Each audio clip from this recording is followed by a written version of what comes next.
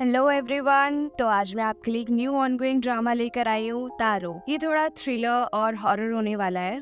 Story की शुरुआत जीवू से होती है, जो अपनी बेटी मिन्हा को सुपरमार्केट लेकर जाती है। वहीं पर उसे जॉब से रिलेटेड एक मैसेज आता है, पर वो कनेक्शन ना होने की वजह से उस मैसेज को देख नहीं पाती है। ऐसे में अपनी वो बेटी की तरफ देखती है तो वो देखती है कि आसपास उसकी बेटी दिखाई नहीं दे रही है। तो वो हड़बड़ा कर अपनी बेटी को इधर उधर देखना शुरू कर देती है। वो पूरे मार्केट में उसे देखती है, पर उसकी बेटी उसे टॉय सेक्शन में मिलती है। जी वो मिन्हा से कहती है कि ऐसे नहीं जाना चाहिए, ये डेंजरस जगह है। तभी मिन्हा अपनी मॉम की तरफ डॉल का एक पैकेट आगे करती है और कहती है मुझे ये चाहिए। पर जी वो उसका प्राइस देखकर कहती है कि मैं तुम्हें नेक्स्ट टाइम दिलवा दूंगी, और वहाँ से चलने को कहती है। मिन्हा थोड़ा गुस्सा हो जाती है, पर जी वो उस डॉल के पैकेट को वापस रख रही होती है। उतने में उसी जगह से एक कार्ड नीचे गिरता है, जिस पर व्हील ऑफ फॉर्चून लिखा होता है। तभी जीवू को जॉब से रिलेटेड मैसेज आता है और वो उसे देखकर खुश होकर वहाँ से चली जाती है। नेक्स्ट वो अपनी बेटी को फेरीज की स्टोरी सुना रही होती है और पूछती है कि तुम फेरीज में बिलीव रखती हो ना। तभी मीनू कहती है हाँ। तभी उसकी मॉम बताती है कि हमारे अंदर एक न एक फेरी होती है, और जो इस पे बिलीव नहीं रखता उनके अंदर फेरी नहीं होती।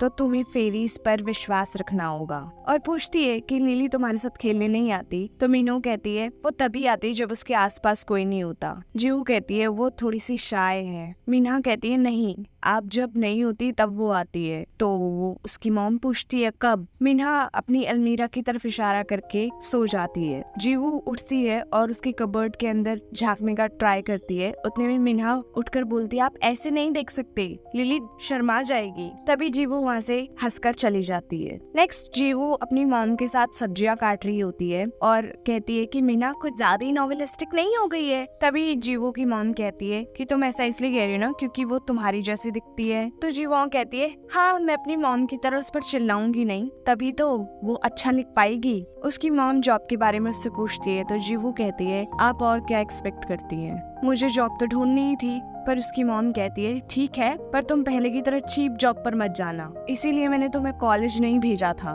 नेक्स्ट जीवू अपनी जॉब के लिए इंटरव्यूअर के पास जाती है और वो उससे पूछता है कि तुमने कहीं और काम किया है। तो वो उसे बताती है कि उसने कॉलेज के समय में 3 महीने एक कन्वीनियंट स्टोर में काम किया है। तो इंटरव्यूअर उससे बताता है कि यहाँ कन्वीनियंट स्टोर से बिल्कुल अलग है, और अगर तुम ग्रेजुएट होने के बाद सिर्फ सर्वाइव करने के लिए यहाँ काम करना चाहती हो तो मत स्टार्ट करना, क्योंकि यहाँ पर जितनी भी औरतें हैं वो सब यूजुअली ग्रेजुएट हैं। और कहता है कि तुम क्रिसमस के लिए काम कर सकती हो। जीवू कहती है क्या क्रिसमस? तो उसका इंटरव्यूअर कहते हैं हाँ, तुम बहुत बिजी होने वाली हो। नेक्स्ट जीनू अपनी टीचर से बात कर रही होती है तो उसकी टीचर कहती है कि 25th को तो छुट्टी रहती है ना। तो वो कहती है हाँ रहती है, और वो इतना कहकर कॉल कट कर देती है। नेक्स्ट वो अपनी मॉम को कॉल करती है और कहती है कि क्या मैं 25th को मिन्हो को आपके पास छोड़ सकती हूँ, वो मेरे काम का पहला दिन बोरिंग है ना। वो कहती है नहीं, मेरे को बस नींद आ रही है। और वो उसे सुलाने के बाद कहती है क्या तुम कल अकेले रह लोगी मिन्हा?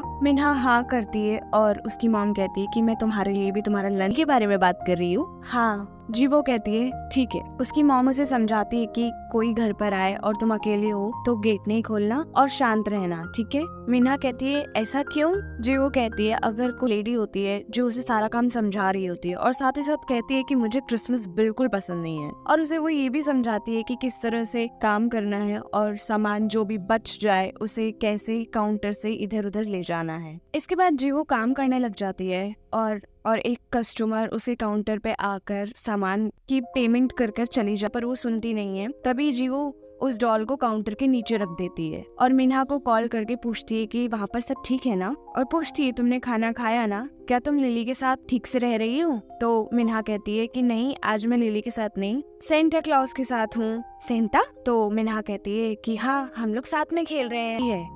जीवू पूछती है कि क्या उसकी नहीं सफेद दाढ़ी है पर लाल कपड़े नहीं है। तभी जीवू को एक आदमी आकर खुद कहता है कि आप यहाँ पर पिकनिक पर आई हैं, आप यहाँ लंच करने आई थी और आप यहाँ पे अपना सेल फोन देख रही हैं। मैंने तुमसे कहा था ना आज बिजी डे होगा और तुम यहाँ बैठी हुई हो। वो वहाँ से उठकर फटाफट चली जाती। वो कहती है कि कोई है जो प्रॉब्लम में है। तभी वो कहती है तुम कॉल क्यों नहीं उठा रही थी? मैं इतनी परेशान थी। मीना उसे अपनी नई ड्रेस दिखाती है और कहती है कि मैं आपको डांस करके दिखाती हूँ। और वो उसका डांस देखते देखते कहती है, 1 मिनट, तुम्हारे साथ कौन है ये तुम्हारी वीडियो कौन बना रहा है? तभी वो कॉल कट कर देता है। फिर वो अपने काउंटर पे वापस आती है और उसका मैनेजर कहता है कि क्या हुआ, तुम बहुत परेशान दिख रही हो। तभी वो उसको जल्दी घर जाने की, कस्टमर इसे वापस लेने आएगा इसलिए चलेगा और तुम खुद को स्पेशल समझ रही क्योंकि आज तुम्हारा पहला दिन है। तभी जीवू के फोन पे कॉल आता है और वो उठाने ही जा रही होती है। तभी मैनेजर उससे उसका फोन छीन लेता है और कहता है कि मैं बात कर रहा हूँ ना तुमसे। जीवू कहती है कि मेरा कॉल उठाना बहुत जरूरी है। मैनेजर बोलता है कि तुम्हें पता है ना तुमने चोरी की है, मैं पुलिस को बुलाने जा रहा हूँ, और वो वहाँ से चला जाता है। नेक्स्ट सीसीटीवी फुटेज देखी जा रही होती है और वहाँ पर जो फुटेजर होता है वो कहता है कि हम कह नहीं सकते कि इन्होंने चोरी की है क्योंकि इन्होंने सामान को काउंटर के नीचे ही रखा है। तभी जीवू कहती है कि अब मैं तुम्हारे ऊपर केस करूंगी, तुमने मेरा फोन लिया है, और अपना फोन लेकर वहाँ से जा रही होती है और पीछे मुड़ के कहती है अगर मेरी बेटी को कुछ भी हुआ तो मैं तुम्हें मार दूंगी। जीवू घर जाते जाते अपनी बेटी को कॉल करती है और उससे पूछती है कि तुम ठीक हो ना? और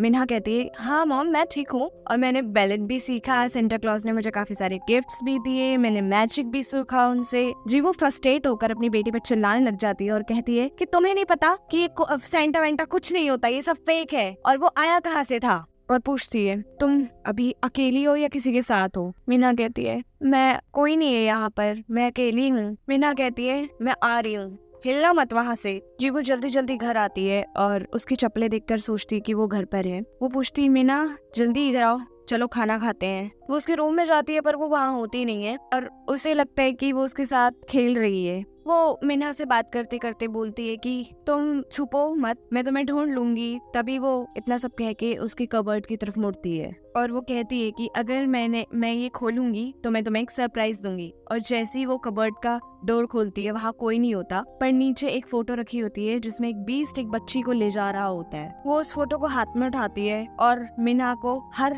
कमरे में ढूंढना शुरू करती है और कहती है बेटा मॉम अभी खेलने के मूड में नहीं है, प्लीज बाहर आ जाओ। तभी उसे उसकी बेटी की ड्रेस दिखाई देती है जो उसने वीडियो कॉल के दौरान पहनी होती है। उसके कपड़ों के नीचे से वो उस स्टोरी बुक उठाती है और फ्लैशबैक में देखती है कि वो अपनी बेटी को समझा रही होती है कि तुम अगर फेरीज पे विश्वास नहीं रखोगे तो वो तुम्हें कभी दिखाई नहीं देगी। और वो बुक को फेंकती है और अपनी बेटी को फिर से चिल्लाते हुए ढूंढना शुरू करती है। जी वो एक फ्लैशबैक देखती है जिसमें वो अपनी बेटी को डांट रही होती है जब वो ऑफिस से निकल रही होती है। उसी में वो ये चीज भी देखती है कि वो अपनी बेटी को ये बोल रही होती है कि मैं अपनी बेटी को झूठ बोलने दूंगी तभी तो वो अच्छा काम कर पाएगी। और याद करती है कि किस तरह सबने उसकी बेटी को रखने के लिए मना किया था। उसके बाद वो रोते हुए अपनी बेटी को बोलती है मिनाया तुम कहाँ हो? और इसी के साथ हमारा पहला एपिसोड खत्म हो जाता है। Thanks for watching this video guys. Do not forget to like, share, subscribe. Thank you.